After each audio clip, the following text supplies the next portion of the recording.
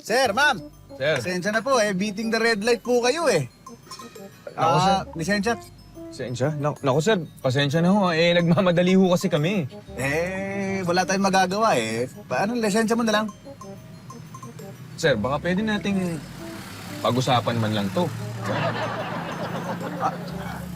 Uy, sandali. Hindi pwedeng pag-usapan. Ano yan? Lagay yan? Huwag mo ako lalagyan. Hindi ako na gano'n. At saka allergic ako sa lagay. Ako, sir. Sinasabi din na iba yan. Hindi. Diba? Yung sa akin po talaga, literal. Allergic po talaga ako sa lagay. Kapag may nag-aabot sa akin ng lagay, nangangati ako, namamantal ako. So talagang allergic ako. Sir, ginugood time mo lang kami. Wala namang ganong klase na allergy. Hindi. Totoo. Allergy talaga ako. Alam ko na, honey. Di ba sabi niya, allergic siya kapag tumatanggap siya ng lagay? Lalo Oo. na kapag nakikita niya yung pera? Oo. Alam ko na. Ano yan?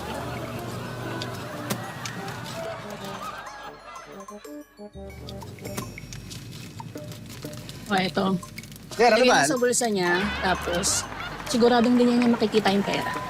Uy, lisensya. Ano Sir. na? Ano ko na kayo Sir, oh. Ay. Sir, pang merienda lang, sir. Ha? Sir, pang merienda lang. Ayan na lang, sir. Gano'n? Di lagay yan, sir. Ano lang yan? Oo, sir. Okay lang yan. Merienda lang. Lagyan na namin sa sobre para hindi makita na iba. Diba? Gano'n Tara na, Oo, pina. sir. Sige. Hindi ko naman kayo pinilit Pero sige. Makakalis kayo. Hindi kami aalis. Bakit? Binidyoan kita.